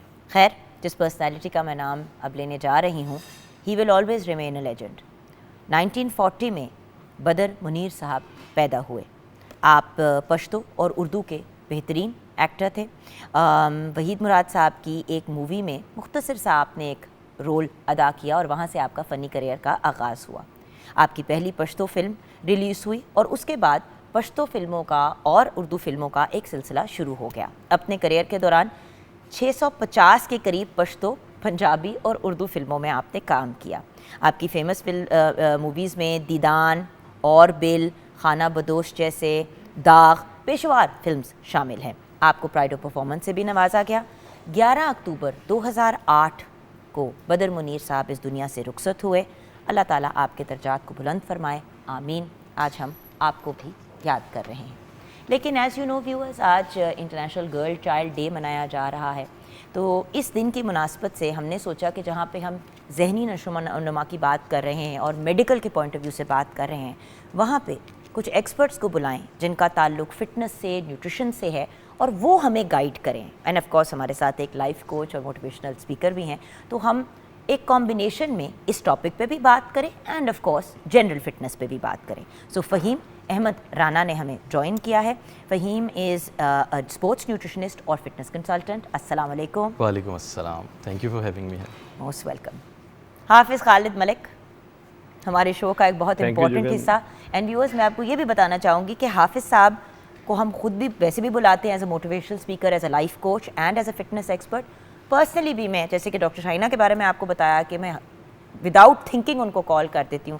हाफिज़ साहब भी एक ऐसी पर्सनैलिटी है। पिछले दिनों मैं किसी एक परेशानी से गुजर रही थी और हेल्थ से रिलेटेड किसी की, और मैंने इनको फ़ौरन फ़ोन किया। पहली कॉल पे, पहली बेल पे इन्होंने फ़ोन उठाया और जितनी मोहब्बत, प्यार और रिगार्ड से मुझे गाइड किया। व्यूअर्स, ये बहुत इंपॉर्टेंट चीज़ें होती हैं। आप डॉक्टर हों, आप फिटनेस कोच हों, आप साइकोलॉजिस्ट हों, साइकाइट्रिस्ट हों, आप किसी भी इंसानों से डील करने वाली फील्ड से हों, अगर आपके अंदर इंसानियत नहीं है ना, तो फिर आप किसी काम के नहीं है। क्योंकि आधी इंसान की बीमारी या परेशानी अगले के मोहब्बत प्यार से बात करने से, गाइड करने से ही ख़त्म हो जाती है। और ये तो वो लोग हैं जिनके पास लोग अक्सर ज़िंदगी से तंग पहुँचते हैं कि जी मैं मतलब मेरे वेट या मेरी बॉडी या मुझे लोग इतना कमेंट कर रहे हैं या मुझे खुद महसूस हो रहा है कि बड़े डिप्रेस्ड लोगों को ये ज़िंदगी की तरफ वापस लेके आते हैं। बहुत बड़े लोग होते हैं, हम इनको वो इम्पोर्टेंस नहीं देते जो हमें देनी चाहिए। तो हमें ज्वाइन किया है हाफिज़ खालिद मलिक ने, शुक्रिया, जो एक बहुत ही प्यारे और अच्छे इंसान हैं और ख़ुद भी आजकल ट्रेनिंग जारी है।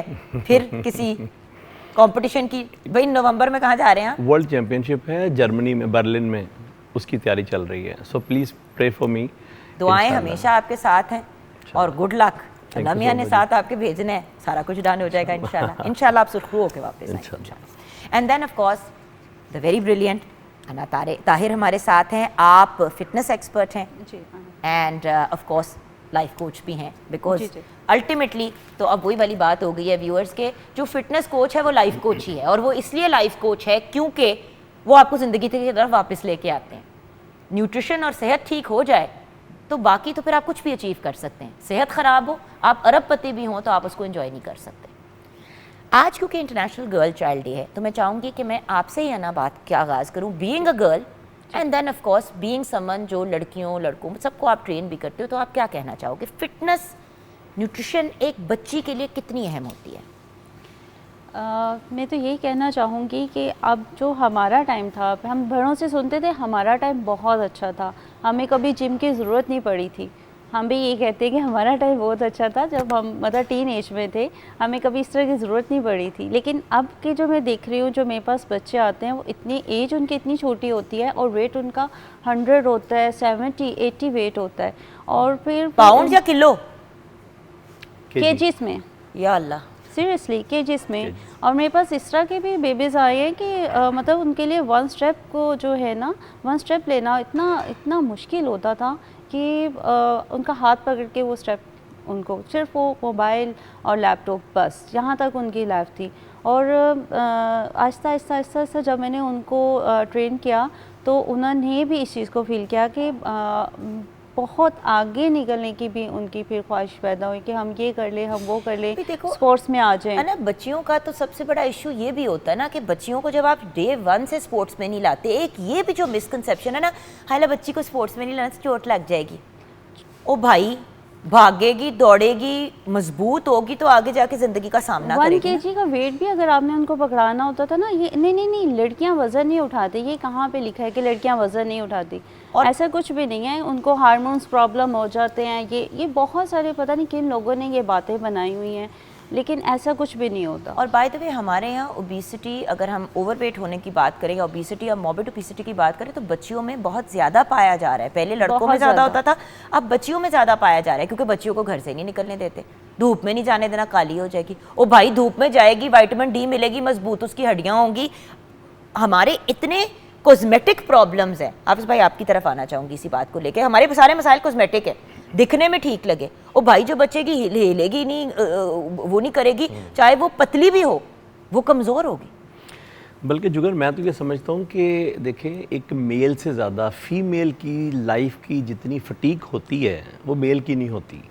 जैसे ही वो यंग हुई है, बस उसकी शामत आ गई है, और डेड एंड तक समझ लें कि सबसे पहले जब वो यंग हुई है, फिर उसके बाद उसकी लेकिन अब बच्ची पैदा हुई, उसके बाद प्यूबर्टी हिट की, मेंस्ट्रुअल साइकिल शुरू हो गई। मेंस्ट्रुअल साइकिल के बाद जब शादी हुई, बच्चे होने शुरू, प्रेगनेंसी से भी उसी ने गुजरना है, प्रेगनेंसी के बाद उसने दूध भी पिलाना है, उधर से भी उसने रिकवर करना है। अच्छा, उसके बाद उसने आपको वापस भी एक तरह से नॉर्मल लाना है, वरना लोग भी बड़ा करोड़ बातें करते हैं। फिर जब एक सर्टेन 45-50 के पीरियड के दौरान मेनोपॉज शुरू, प्री मेनोपॉज शुरू हो जाता है, पेरी मेनोपॉज, फिर मेनोपॉज से गुजरती हैं, और मेनोपॉज के बाद भी तो हार्मोन तो सारी जिंदगी हमारे ऊपर नीचे जाते हैं। और फिर नस्ल भी उसने संवारनी है हमारी, ये भी उसके लिए एक बहुत बड़ा चैलेंज है कि बच्चों की तरबियत भी उसी ने ही करनी है। अगर वो अच्छी है तो है, नहीं है तो फिर भी उसी का ही कसूर है। यानी उसके ऊपर जितनी रिस्पॉन्सिबिलिटीज़ हैं वो एक मर्द के ऊपर नहीं होती। मैं समझता हूँ सैल्यूट है उन लड़कियों को जो कि इतनी मेहनत करती हैं, और जितनी ज़्यादा ज़रूरत लड़कियों को है अपनी बॉडी फिटनेस की, हेल्थ की, मेंटल हेल्थ की, फ़िज़िकल हेल्थ की, मेरा ख्याल है कि किसी को भी नहीं है। और आज का दिन जो है स्पेशली चूँकि उनके लिए है, तो मैं ये कहना चाहूँगा कि कुछ भी हो जाए, एट एनी कॉस्ट, आप अपनी फ़िटनेस को जब तक अपने साथ जोड़ के रखेंगी, या मेंटल हेल्थ आपकी बहुत अच्छी रहेगी, और आपको लाइफ गुजारने में थोड़ी आसानी पेश आएगी। वरना ये जो लाइफ के जंभेले हैं, ये देखें, जो इंसान दुनिया में पैदा हो गया है ना जुगन, उसने तो दुख देखना ही देखना है, उसके नसीब में लिखा गया हुआ है। आप इसको थोड़ा कम कर सकते हैं, ख़त्म नहीं कर सकते। वो कैसे? आप विल पावर से, आपकी विल पावर कैसे अच्छी हो सकती है? आपके हेल्दी लाइफस्टाइल से, आपकी ईटिंग हैबिट जो है उनसे हो सकती है। तो मेरा मानना ये है कि सबको ख़ास तौर पर गर्ल्स को, लेडीज़ को, लड़कियों को, फीमेल को एक्सरसाइज से कनेक्ट कर रहना चाहिए किसी भी स्पोर्ट्स के साथ आप। अच्छा, लेकिन एक्सरसाइज के साथ अच्छी खुराक भी तो इम्पोर्टेंट है। अब या बच्चियां, क्योंकि उनको एक डेकोरेशन पीस समझा जाता है ना कि दिखने में भी अच्छी लगनी चाहिए, पतला भी होना चाहिए, गोरा भी रंग होना, मतलब इस किस्म की इतनी नेगेटिव क्यूज़ हम कॉन्स्टेंटली बच्चियों को दे रहे होते हैं। जब हम फिटनेस की बात करते हैं, एक्सरसाइज कर रही होंगी, हड्डियां उनकी टूट रही होंगी, चीज़ें मुड़ रही होंगे, पैर कभी मुड़ रहे हैं, कभी उनको वो इंजरीज हो रही हैं जो एथलीट को भी नहीं होती। क्यों? देखिए, ख़वातीन की फ़िटनेस बहुत इंपॉर्टेंट है और न्यूट्रिशन के पॉइंट ऑफ व्यू से भी आपने मुझे गाइड करना है ज़रूर, क्योंकि ख़वातीन को न्यूट्रिशनल डेफिशिएंसीज़ का सामना ज़्यादा करना पड़ता है। सबसे पहले आपने जिक्र किया, जैसे प्रेगनेंसी में आई है, कैल्शियम लॉस शुरू हो गया। आफ्टर डिलीवरी एक रफ एस्टीमेट है कि 5 साल के कैल्शियम रिजर्व्स लूज़ करती है खातून, 5 साल में जो उसने जमा किए एक पैदाइश पे बच्चे की। उसके बाद लैक्टेशन है, दूध पिलाना है बच्चे को, फिर उसका कैल्शियम लॉस हो रहा है। तो इसके बाद आप देखें कि इसीलिए मेरी हड्डियों में दर्द होती है। मेरी हड्डियों में दर्द होती है। हाफिज भाई यही कहते हैं कि कोई दूध पी लिया करो। मैं कहा दूध पी नहीं सकती, पेट मेरा चल जाता है। मुझे लैक्टोज इंटॉलरेंस नहीं है, एलर्जी है। इसलिए दूध से बनी हुई अशिया, बाकी चीजें मैं ले सकती हूँ।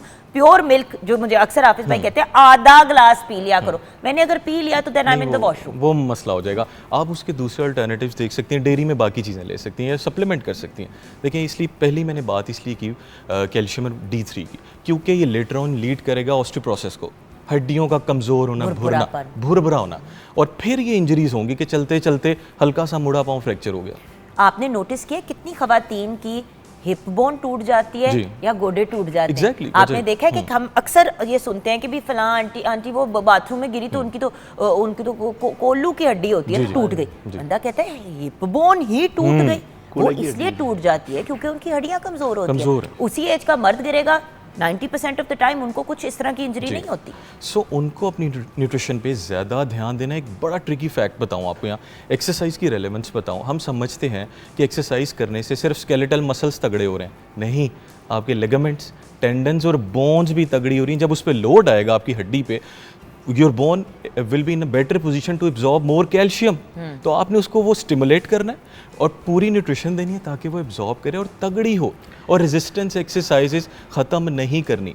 वेट्स उठाने से मर्दों जैसे डोले नहीं बनेंगे आपके, इस फिक्र से बाहर आ जाएं। मर्दों के नहीं बन रहे जिनका टेस्टोस्टेरोन 1200 है। आप सब सेकंड करेंगे इस बात को, तो आपके कैसे बन जाएंगे? आपका लेस देन 100 टोटल टेस्टोस्टेरोन है। अच्छा, लेकिन एक प्रॉब्लम है, अभी हम जिस तरह न्यूट्रिशनल डिफिशिएंसीज की बात करें तो ज़रा एथलीट्स और नॉर्मल पर्सन के बीच के डिफरेंस को देखते हैं। देखिए, एथलीट्स हमसे कई गुना ज़्यादा एक्सरसाइज करते हैं, वर्जिश करते हैं। उनको ज़िंदगी, किसी भी एथलीट को 1 या 2 मेजर इंजरीज होती हैं यूजुअली लाइफ में, उससे ज़्यादा नहीं। और ये ऑन ग्राउंड खेलने वाले लोग। नॉर्मल लोग आजकल चलते फिरते कटक करके हड्डी टूट गई। अब मेरे पास ऐसी क्लाइंट्स आती हैं जो मतलब वही बात जो मैंने पहले बोला, टीन एज में होती हैं, नीज़ में पेन है, ऐसी एक्सरसाइज ना करवाइएगा कि मेरी नीज़ मूव हो। मतलब बॉडी इतनी ज़्यादा स्ट्रक हो चुकी हुई है, बॉडी की मूवमेंट नहीं है, तो वो स्ट्रक ही होगी ना। आपकी नीज़ में पेन, हैवी वेट की वजह से नीज़ पेन, हील पेन, ये हैवी वेट की वजह से स्टार्ट होती है। और ज़्यादा जो होता है, मैंने ऐसी भी देखी है कि बल्कि भी हैं लेकिन एक्टिव है, बल्कि हैं एक्टिव हैं, उनमें ये चीज़ नहीं भाई है। अब तो वो भी कॉन्सेप्ट आ गया ना हाफिज साहब कि स्किनी फैट, यानी कि आप पतले हैं लेकिन आपका कोलेस्ट्रॉल भी हाई है, आपके ट्राइग्लिसराइड्स भी पागल हुए हुए हैं, और आप हर तरीके से एक ओबीस बंदे का, आप अंदर से आप ओबीस हैं, बाहर से आप चाहे कितने भी स्किनी हो जाए। अच्छा, एक चीज़ बड़ी कॉमन देखने में आजकल आ रही है कि यंग बच्चियों में घुटनों का इशू जो है यंग लड़कियों में शुरू हो गया है। यानी 20-22 साल की बच्चियां हमारे जिम में आ रही हैं, बता रही हैं सर हमारे घुटने जो है ना चलती है, टक टक की आवाज़ आती है, कड़क कड़क की आवाज़ें आती हैं। अच्छा, ये कैल्शियम डेफिशिएंसी, विटामिन डेफिशिएंसी, ये सारी की सारी चीज़ें क्यों हैं, है ना? जी बिल्कुल। सारी की सारी चीज़ें क्यों हैं? सिर्फ हमारे अपने अनहेल्दी लाइफस्टाइल की वजह से। सारा दिन एसी में बैठ के जब हम लैपटॉप पे, कंप्यूटर पे, टीवी पे, नेटफ्लिक्स पे, मैं ना चुपके से अपना फ़ोन छुपाने की कोशिश कर रही हूँ कि हाफिज भाई की नज़र ज़रा ना पड़े, क्योंकि सच्ची बात है इन बिटवीन शो ऑल्सो अगर मतलब अच्छी आपस में जरा आप लोगों के साथ नहीं थी इतनी वो, तो इस वजह से हेलो हाय बातचीत हमारी हो गई। अदरवाइज नॉर्मली हम लोग अपने फोनों पे लगे होते हैं, ये कर रहे होते हैं, गर्दनों में दर्द, गिट्टे गोडे हिले हुए। आप ये देखें, आपके ये लंबर, आपकी जो सर्वाइकल है, लंबर स्पाइन है, ये सारी चीज़ें हमारे सिटिंग पोस्चर की वजह से हैं आज। और सिटिंग पोस्चर 3-3 घंटे 2.5 घंटे हम एक ही पोस्चर के ऊपर बैठ के मूवीज़ देखते हैं या लैपटॉप पे काम करते हैं, उस टाइम हमें पता नहीं चलता। जबकि आफ्टर 30 मिनट आपको अपना सिटिंग पोस्चर चेंज करना बहुत ज़रूरी है। 10 कदम चाहे चलें, 10 कदम उठ के फिर आके बैठ जाएं, आपका सिटिंग पोस्चर भी चेंज होगा।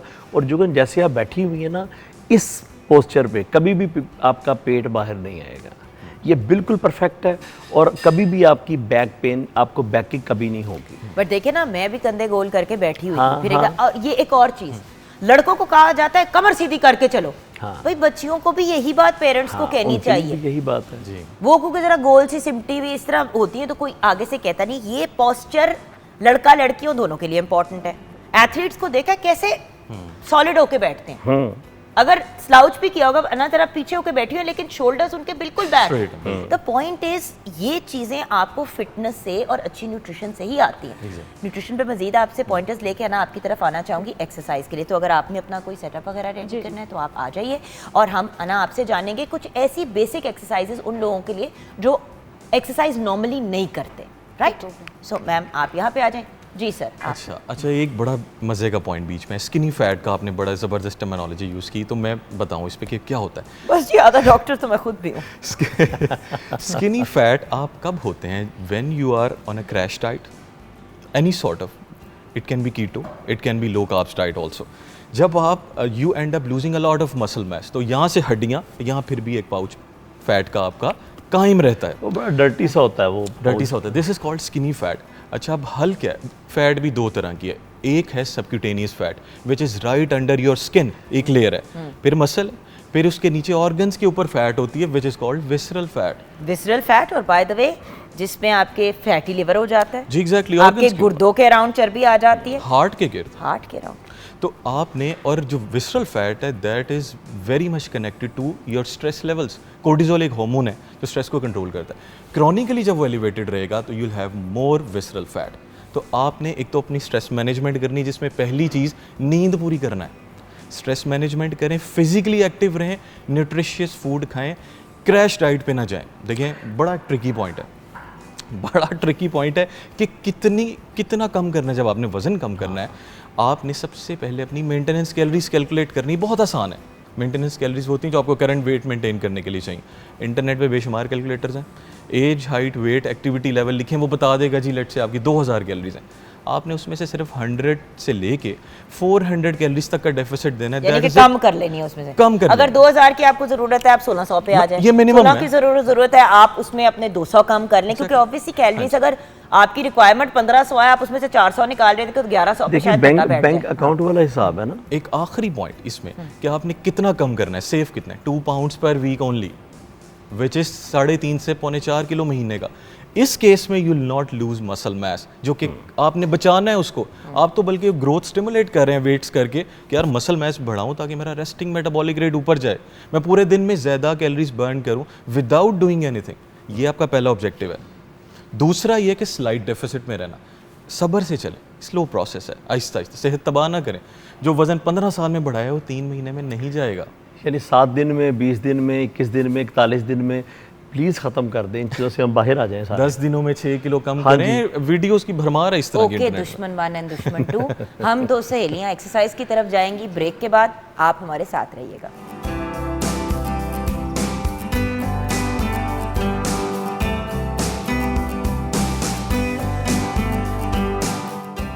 Welcome back from the break viewers. Faheem Ahmed Rana हमारे साथ हैं, sports nutritionist and fitness consultant. Then we have Hafiz Khalid Malik with us, life coach, motivational speaker, fitness expert and an athlete in his own right माशाल्लाह। And then Ana Tariq हमारे साथ हैं। अना जी, क्या exercises बताएंगी? मैं अब उनकी जानना चाह रही हूँ जो बिल्कुल कोरे हैं, ठीक हो जो कह रहे हैं कि जी हम वॉक कर लेते हैं बस, जिन्होंने कभी जिम की शक्ल नहीं देखी, घर में वो क्या कर सकते हैं?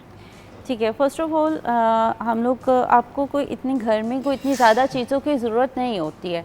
ठीक है, फर्स्ट ऑफ ऑल आपको जो है जब आपने वर्कआउट स्टार्ट करना है अपने घर में, ऐसा नहीं है कि वहाँ से आप या तो आप ब्रेकफास्ट करें या तो आप डिनर करें, तो आप ये 2 टाइम ही होती है मोस्टली, मिड टाइम में तो बहुत कम होती है एक्सरसाइजेस। मॉर्निंग में अगर आप आफ्टर ब्रेकफास्ट आपने 1 आवर के बाद जो है ना अपना वर्कआउट स्टार्ट करना है। ठीक है, कुछ बच्चे ऐसे होते हैं कि ब्रेकफास्ट के साथ ही जो है ना वर्कआउट की तरफ निकल जाते हैं 10 मिनट्स 15 मिनट्स के बाद, वो ठीक नहीं होता।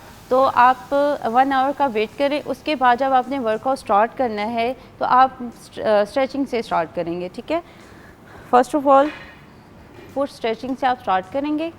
ठीक है, 1 to 2 मिनट्स के आप यहाँ पे स्ट्रेचिंग कर सकते हैं। ठीक है, उसके बाद अपर साइड से बैक स्ट्रेच करते हुए डाउन आए और कोशिश करें कि आप अपनी टो को टच करें। ठीक है, स्टॉप शोइंग ऑफ अना, ये प्रॉपर शोइंग ऑफ हो रही है क्योंकि हम जैसे लोग गोडो हाथ को लगा पाँव को हाथ लगाने की कोशिश करते हैं, गोडो से आगे हाथ नहीं जाते।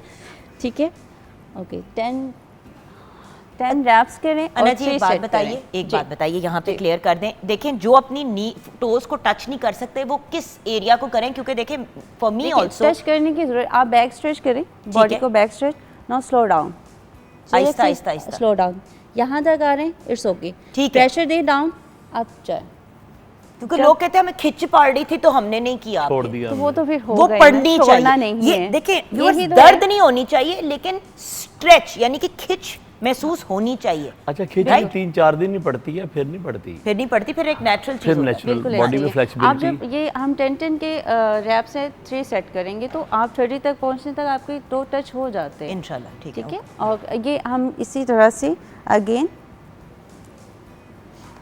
ठीक है, ये मैंने 2 बता दिया। ओके, उसके बाद आप साइड को टारगेट करेंगे, अपने ये साइड्स को टारगेट करेंगे, हाथ, क्योंकि खवातीन और मर्द दोनों का ये इशू होता है, पतले भी होते हैं तो पेट और स्पेशली जो लव हैंडल्स होते हैं, जो साइड पे चर्बी होती है, ये नहीं खत्म होती। ये लव हैंडल्स की स्ट्रेचिंग है कि आप इस तरह से एक साइड पे प्रेशर करेंगे, हिप को बाहर को प्रेस करके हाथ जहाँ रखें और प्रेस करें, स्ट्रेच एज पॉसिबल जितना अप डाउन आ सकते हैं। ठीक है, 1, यानी कि स्कूल में जो हमें पीटी कराई जाती थी ठीक ही कराते थे बेचारे, ठीक हम भी करवा कहते थे ये पता नहीं क्या करा रहे हैं हमें, फर्क तो पैदा टीचर है हमें पीछे नहीं फर्क नहीं, स्कूल में कौन सा हमें फर्क वाली टेंशन होती थी, हम कहते थे पता नहीं क्या कर रहे हैं। इसमें आपने ये देखना है, मोस्टली ऐसे जो मेरे पास आते हैं उनको मैं स्ट्रेचिंग जब करवाती हूँ तो वो ये शोल्डर ऐसे डाउन करते हैं, ऐसे नहीं करना, बैक स्ट्रेट, उसको स्ट्रेट रखने के लिए ये होगा कि आपकी जो एल्बो है आपकी नीज पे इसके एंगल ये रहेगा। ठीक है, नीज तक ऐसे, ठीक है, ऐसे नहीं आएगा।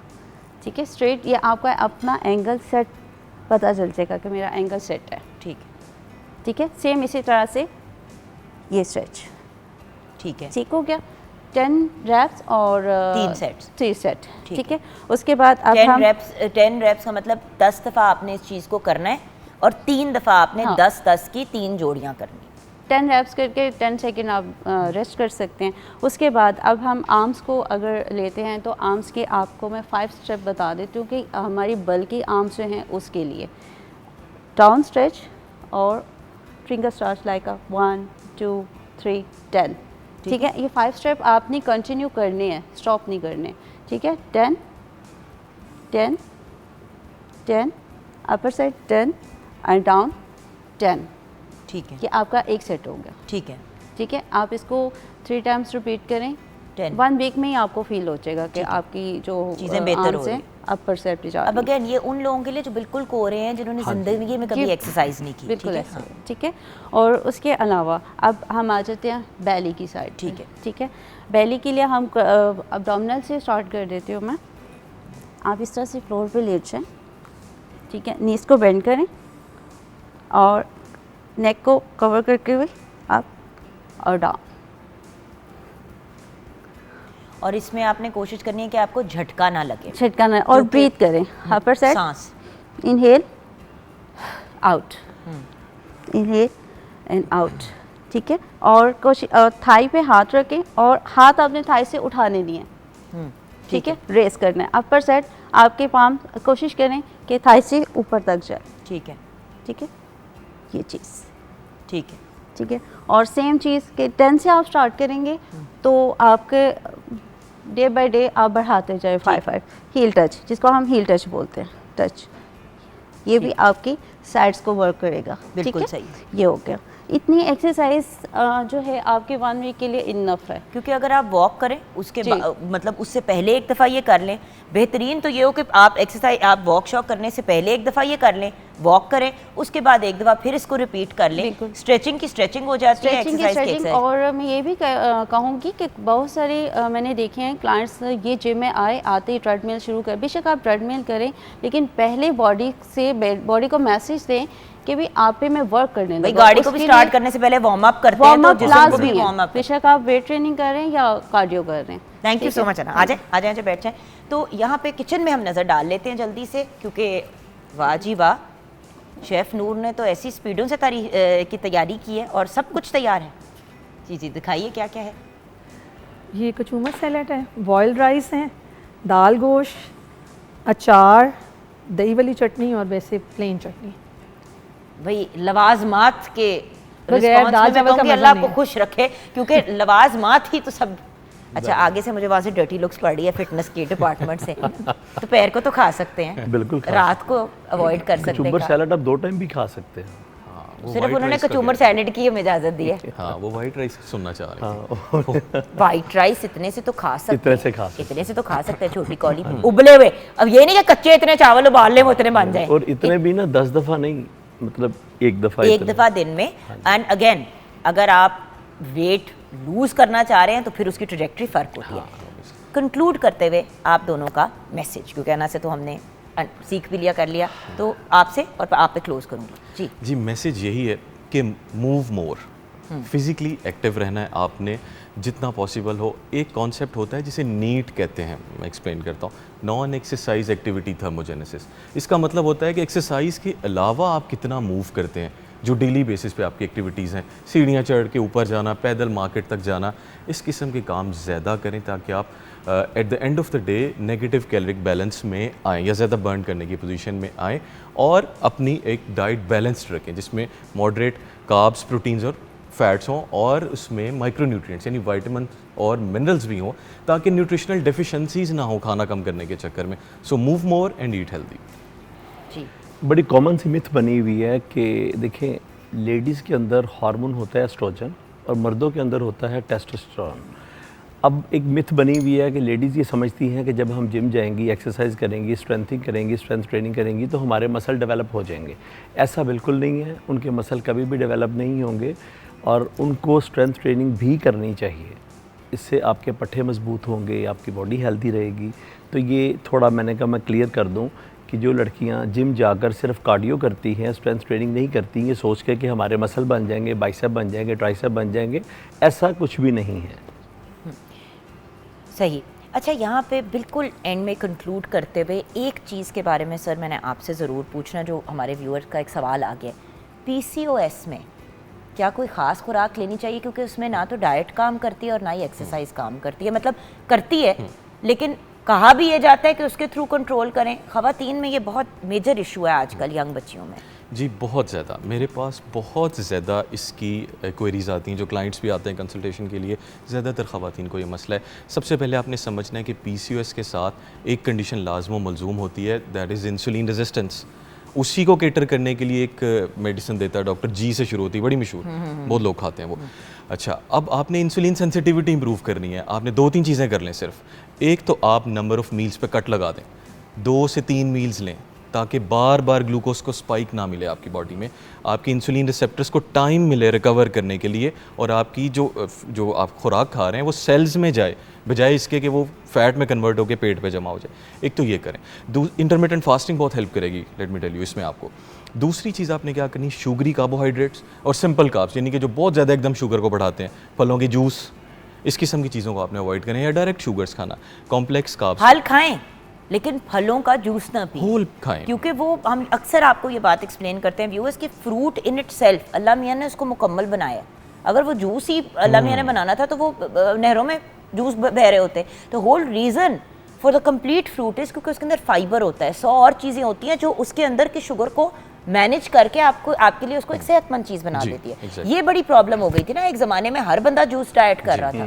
जी, मैंने इसी बात पे एक शॉर्ट वीडियो अपने सोशल मीडिया पे अपलोड की, तो बड़ी बैशिंग हुई शुरू में कि आप जूस से मना करें, बहुत हेल्दी। मैंने कहा होल फ्रूट खाएं, जो उसमें फाइबर है वो उसके गट से पासेज स्लो डाउन करेगा। भाई आप 4 किन्नुओं का जूस पी लें और आप 1 किन्नू खा लें, जी। 1 किन्नू खा के आपका पेट भर जाएगा, 3 किन्नुओं के जूस से भी आपका पेट नहीं भरेगा, क्योंकि वो exactly. लिक्विड है, वो आपके पेट से निकल जाए, वो with in 15 minutes, half an hour आपको फिर भूख लग जाएगी। सो फ्रूट पेट को भी भरता है, एक बेहतरीन स्नैक भी है। जी। खीरे हो गए, गाजरे हो गई, ये आप कट करके फ्रेश खा लें। अच्छा, जूस जो है सिर्फ हाई ग्लूकोज है, इसमें कुछ भी नहीं है। 15 से 20 मिनट में आपकी बॉडी के अंदर से डाइल्यूट हो जाता है ये।